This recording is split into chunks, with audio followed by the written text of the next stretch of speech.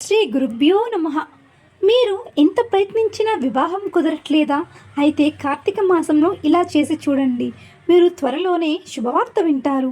వివాహంలో అడ్డంకులు, నచ్చిన జీవిత భాగస్వామిని పొందలేకపోవడం వంటి సమస్యలన్నిటికీ కార్తీక మాసం ఎన్నో పరిహారాలను చూపిస్తుంది. ఈ కార్తీక మాస పూజలు ఉపవాసాలకే కాదు, ధర్మబద్ధమైన ఎటువంటి కోరికనైనా సరే నెరవేర్చుకునేందుకు అనువైన మాసం.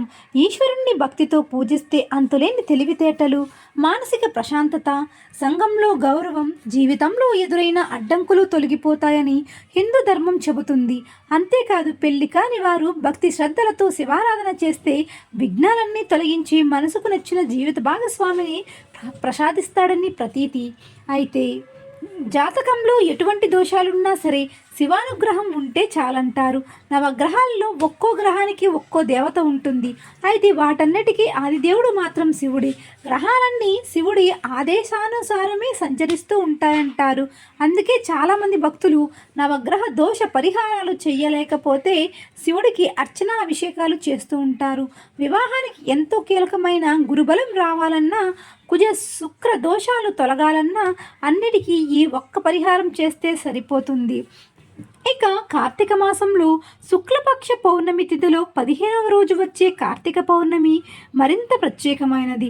దీన్నే కౌశిక లేదా వైకుంఠ పౌర్ణమి, జీడికంటి పూర్ణమని కూడా పిలుస్తూ ఉంటారు. ఈ రోజున తెల్లవారకు ముందే స్నానం చేసి శివుడికి గుడికి వెళ్ళి గుమ్మడాకు, వక్క పండ్లని బ్రాహ్మణులకు దానమిస్తూ ఉంటారు. ముత్తైదువులకు వాయినాలు కూడా ఇస్తారు. ఈ రోజంతా ఉపవాసం ఉండి సాయంత్రం అరటి దొన్నెలో దీపాలను వెలిగించి పసుపు కుంకుమ చెల్లి నదులు కాలువల్లోకి వదులుతారు. ఇలా చేయడం వలన అష్టైశ్వర్యాలతో పాటు కుటుంబ సౌఖ్యం కలుగుతుందని నమ్ముతూ ఉంటారు.